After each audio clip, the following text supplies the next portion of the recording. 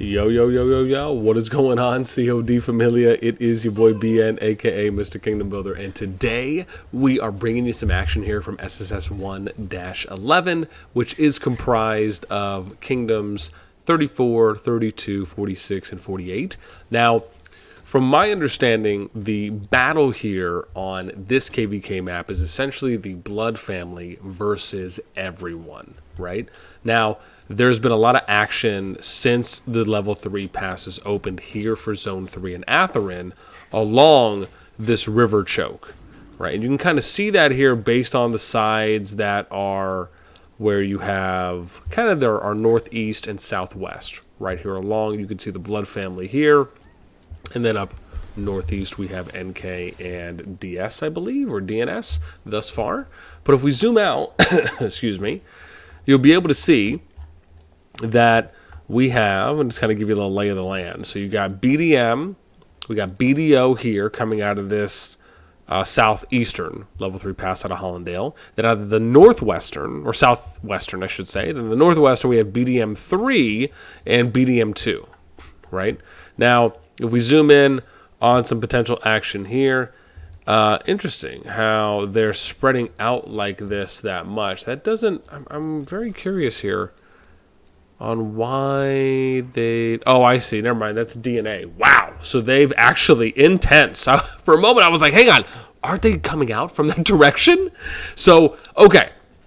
Why would players be doing this in the first place? So, probably the most important part, and this is pretty intense to show you for what DNA have done so far here. Hang on. We got to get our little emoji just so people know that we're in and we're checking things out. But the main reason why something like this would typically be done is because you're trying to avoid players from the alliances that are on territory, in this case BDM3, from being able to teleport their cities to reinforce. This is actually what I would consider to be a very high-level tactic. So the fact that we're seeing this and there's that much coordination where they're spread out enough within the territory to arguably deny any type of TPs, this is pretty amazing, right? This is kind of the stuff that you want to see being done for what I would consider, again, to be kind of advanced, higher-level tactics being deployed when you have won the kind of offensive battle. And just to kind of give you an example, right? If we now bear in mind, they're not doing this. I don't think they're doing this for the entire territory, depending on how deep they want to go. But let's see here if we zoom in a little bit more. I'm curious on where. So you do have, okay. So again, doesn't look like they're applying any pressure here on the northwest yet. It could also just be that they are offline, or this is their off time. Again, they could be putting units here closer to the gate if they really want. There are some spots that they still could TP territory onto. So I think from what I'm... gotta hold that one back there. From what I'm guessing is that they're just trying to deny more of a forward placement of cities, right? They would rather have them just place the cities closer to the pass compared to being able to kind of put them up to that next front. And you can even see here, right? You have, 4, 5... What is that, 6, 7? So you only have 7 cities that have been able to kind of make it to this forward staging area here from the Blood family to alliances. So this is something that I find, again, you can view it other way. I still think this is good that they're doing it so they can at least limit the forward positioning. But if you really want to go all out, you could potentially, if you want to send more units there. However, the other way of viewing it is that there's just not a lot of action going on right now. So you can argue and say, hey, this is kind of an okay minimum deployment that we have going on so far. But yeah, man, I mean, I imagine they're probably still mass building, which they are. So you can see that here from D and A, D and A B. They got 43 minutes on that flag. Let's see who we got. Teal, they're working their way down. Interesting. So I wonder, so D and A has 35 minutes on that flag left. I wonder why. Oh, interesting. Maybe they're just thinking we're going to go. Oh, unless they're maybe doing another flag here to branch. They're not. Okay. So maybe they'll just hold. I mean, my view is this. If you can essentially hold them on the bridge choke point or get to this choke point here, you know, it's easy, right? Especially if you're going to branch flags. Like, I'd be okay if they wanted to, I mean, obviously purple's coming north, but if you want to branch here and then essentially try to converge right here around this area to hold down this choke point, or even getting to the bridge, right, that can be ideal too as well. But it looks clearly like DNA is going southwest to assist, right? Because remember, you have a few ways that you kind of have two ways you can enter. You can go through this bridge here to get in, right? Because there's no bridge that you can go across the north side, because even if you wanted to go up here, you can't, so it's all blocked off. So the southwestern level 3 pass here at going through the Iron Hills can only go southeast, right? You'd have to go south and then southeast across one of these two bridges, but essentially is going to lead you out more or less the same way, right? Now, you could come here through White Wing Peak, which you do have the choke here, right? So you can go through here, which is kind of what you're seeing this group doing right now, right? GDO1. So they're kind of taking that southern choke all the way down through White Wing, and they're going to come up here, probably going obviously to this bridge, maybe this other bridge, but it's going to depend. I think when you have, like, if you're looking at these alliances, I don't think there's any action necessarily kind of happening around here. I'm curious where orange is going to go, though, from here, because it looks like they're kind of bottlenecked, so to speak. This actually could have been done, I think, maybe a little differently here, right? Because this is, this is kind of hard. So what would have had to happen is DNS would have had to go north. So they would have had to build their flags here closer to the ridge, and then orange. I don't know who orange is, but then they could have gotten it. So that's DNHA. Now, again, they can still reposition. Really what you're talking about is essentially moving this flag here up here, and then moving this flag up here. And then what you do is you can probably still get away with this flag, or maybe you have to build it up one more if possible. And then that way maybe you can create a line if you guys work close enough so orange can still come through the middle to assist and support. The other way you do it is where you allow for the alliance who's kind of going to be stripped of potential territory early on, and you allow for them to build out, place a alliance fortress, and then go ahead and remove the territory, and then you could have blue and or pink, right, then rebuild or re-territory up. So that's another option. I'm curious if there's, oh wow, so we actually do have some fighting that's going down here as well. So we got GDO1, BDM. All right, okay, a little bit here. Let's see what we got cracking. Let's see what we got cracking lacking.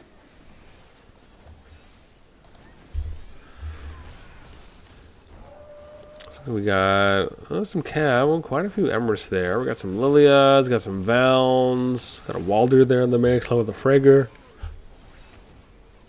Whew, got that morning right here. So not a lot from GDO1. I imagine this would probably be a more or less kind of easier push. But let's go back to the big action. Oh, look at this. Dang! We are hitting it!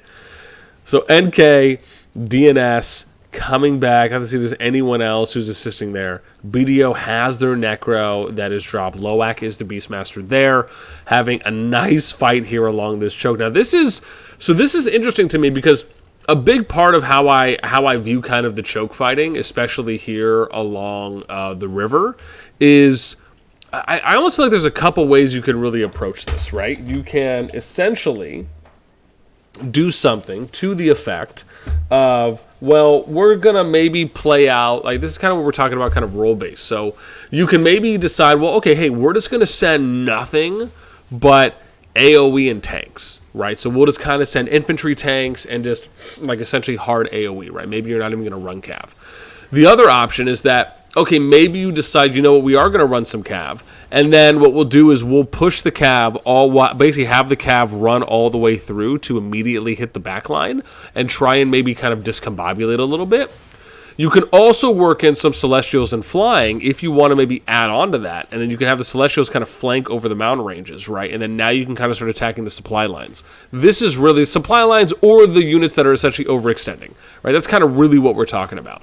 Now, these are just a few ways to kind of play out how you're going to fight through a choke or within a choke, especially ones that are really long, right? This is kind of like your kill box valley, if you will. So you kind of have to get creative with how you're going to play things out.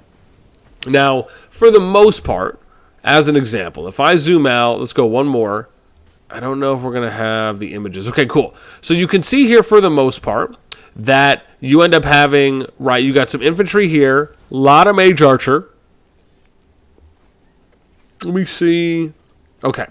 Looks like we got a flying archer that's coming in maybe there over the river, or they're just stuck. On the other side, a lot of mage. You can see this. A lot of mage, not a lot of archer. Don't know if there's a lot of infantry comps, unless that infantry is on the BDM side here. Okay, no, it doesn't look like it. It looks like NK.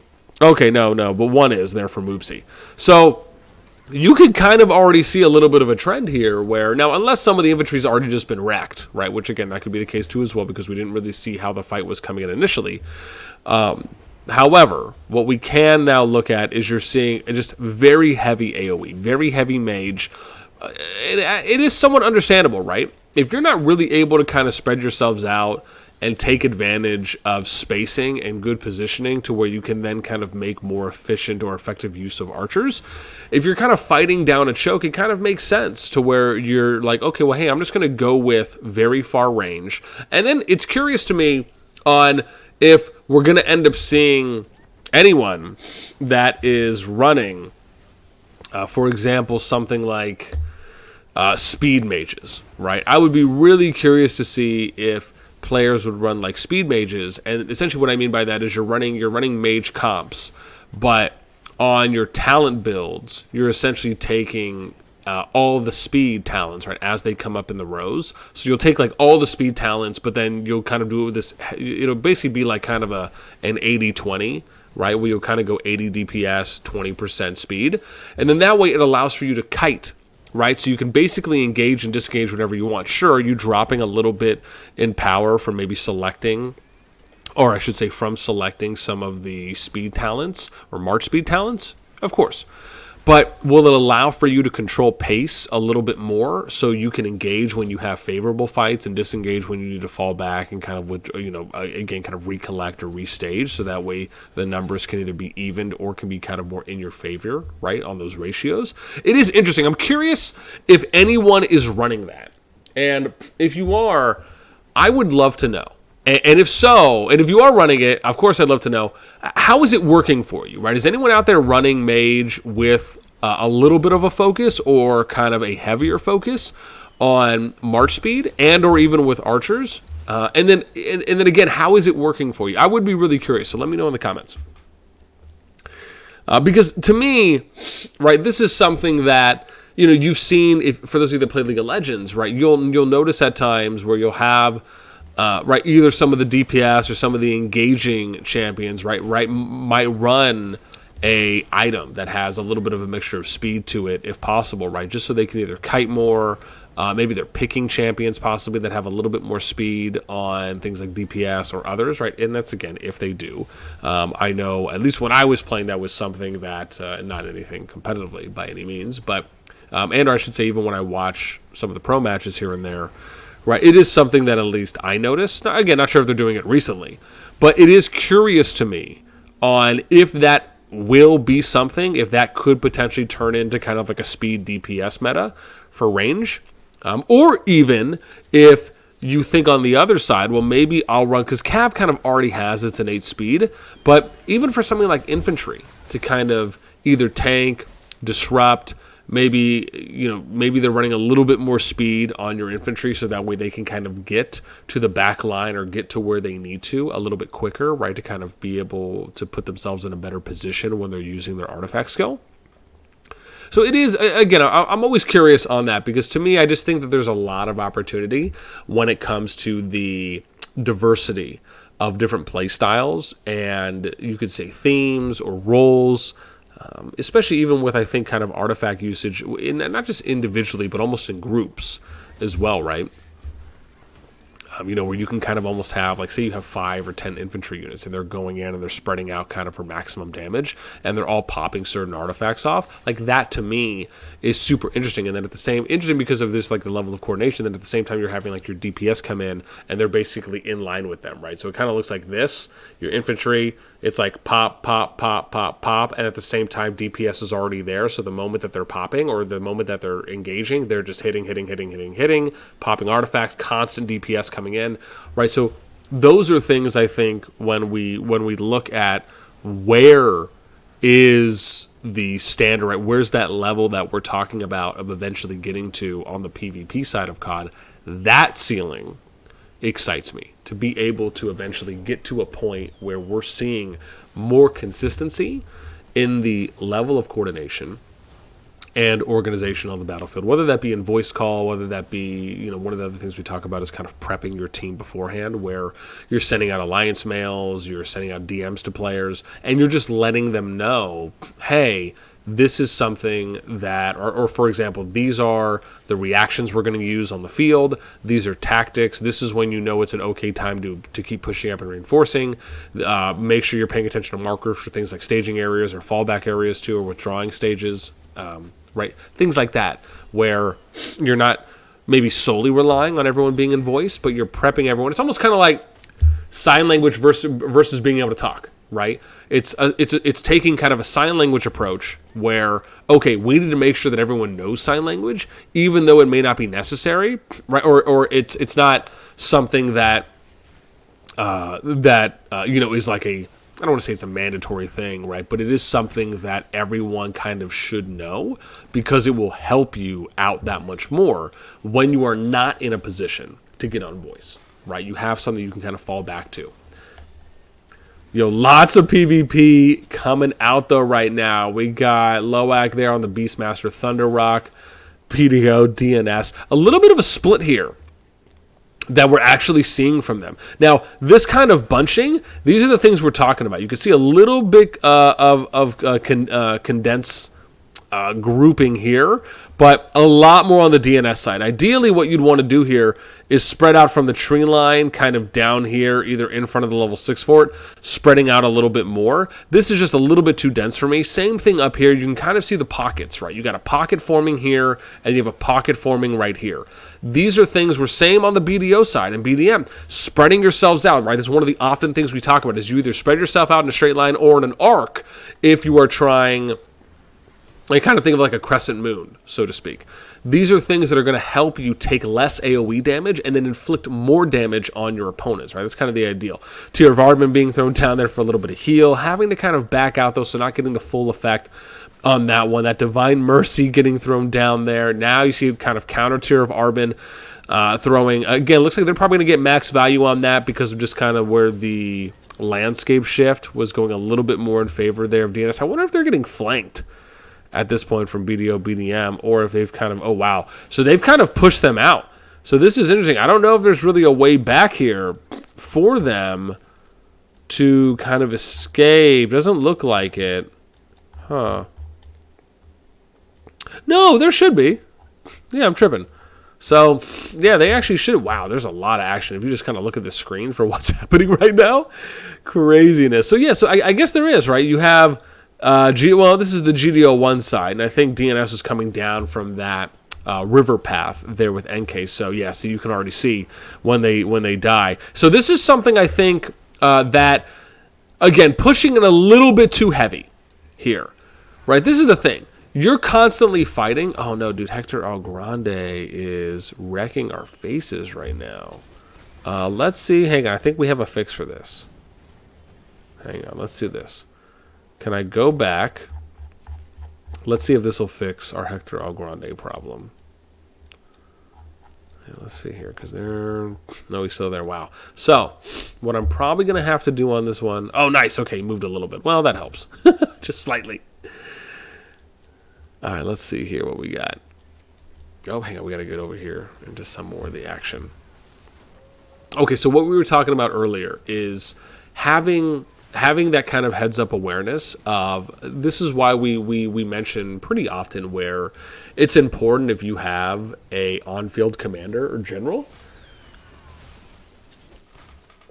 that, is able to look at the theater of war in kind of a big picture. And for example, right, if you're playing some type of an on-field general or kind of shot caller role, things that are important for you to do, and I'll probably do a separate video on this as well, but things that are important for you to do would be, for example, looking at like how the reinforcements look, right? Coming over here, looking that, okay, well, BDO, BDM kind of pushing back DNS, GDO1 probably isn't going to get a lot. Okay, well, now this group over here on the river is going to get reinforced, right? That'll be coming up shortly.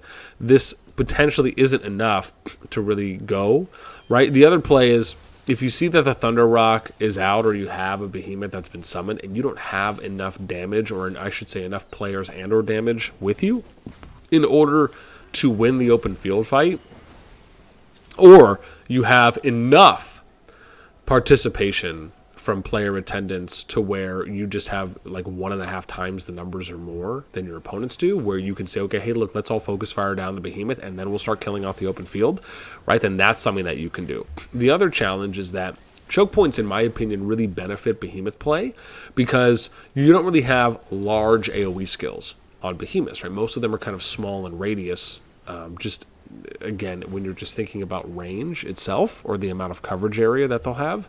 And so it really plays more of an impact and an advantage if you're able to kind of summon behemoths on a choke compared to being more in an open field or a bigger area.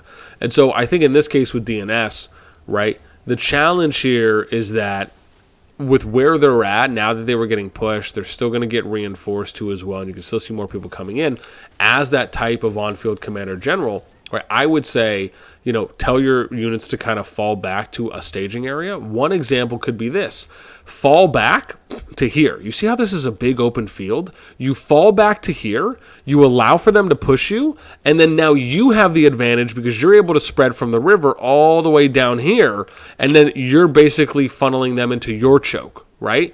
Now, this is kind of essentially what, before they ended up pushing them more. I mean, this... don't get me wrong, right? It is still ranged PvP. However, I could almost argue this is kind of the new not meatball. The new what's the word I'm thinking for? Well, I was just gonna say mosh pit, right?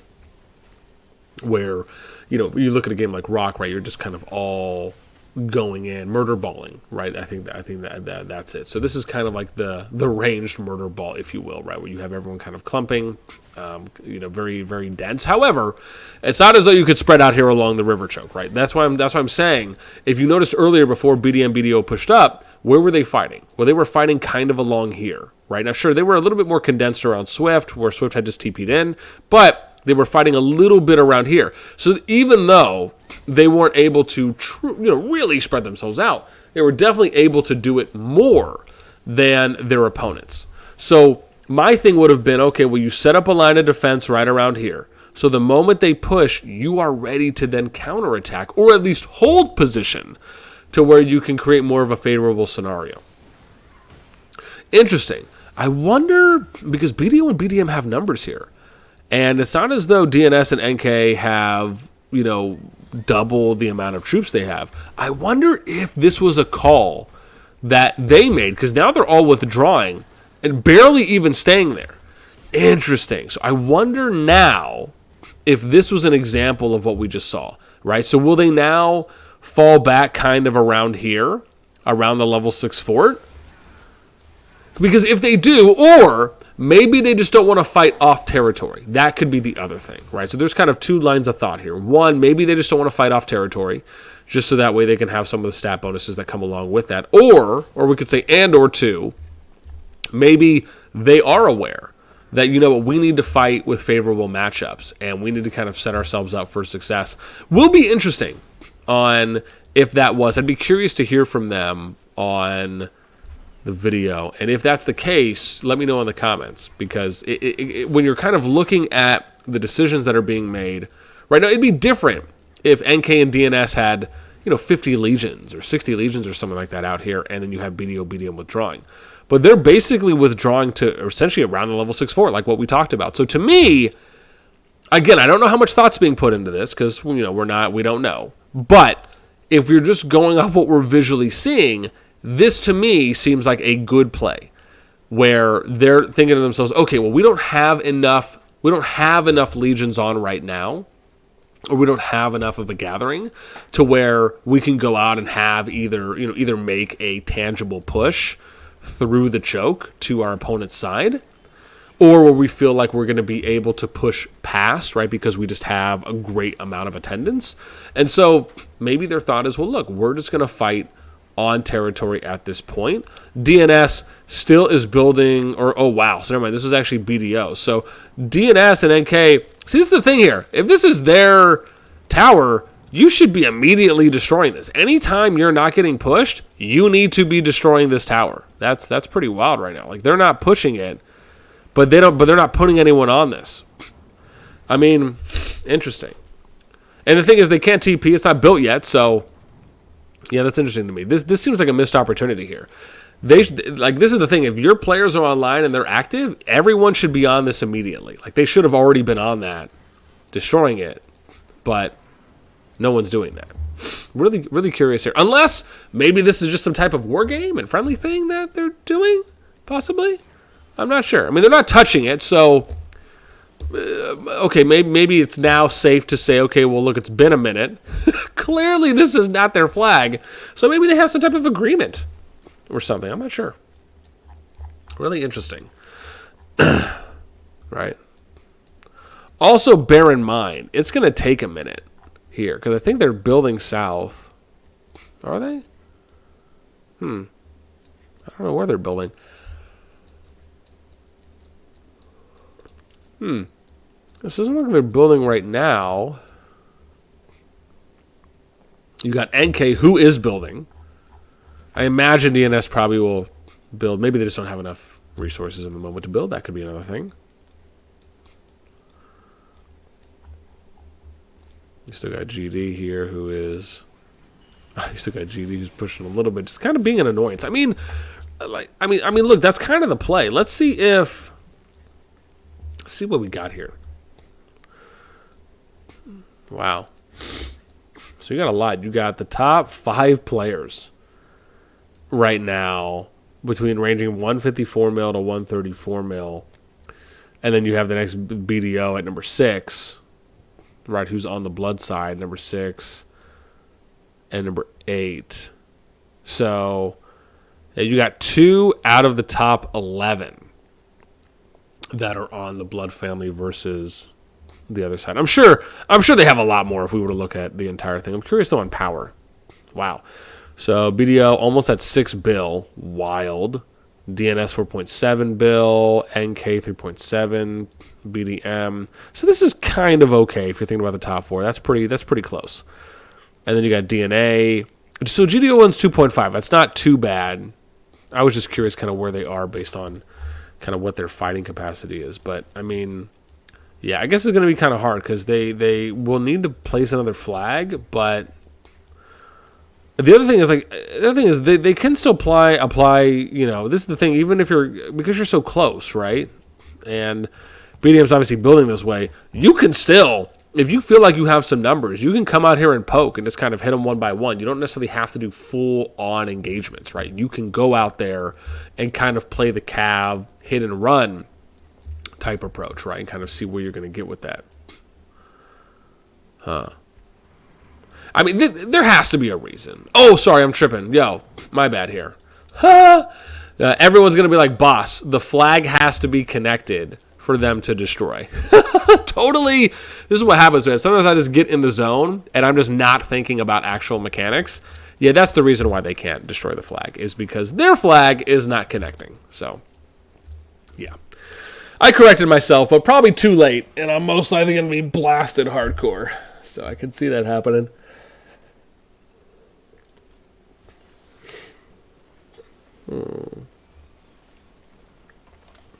Will be interesting there.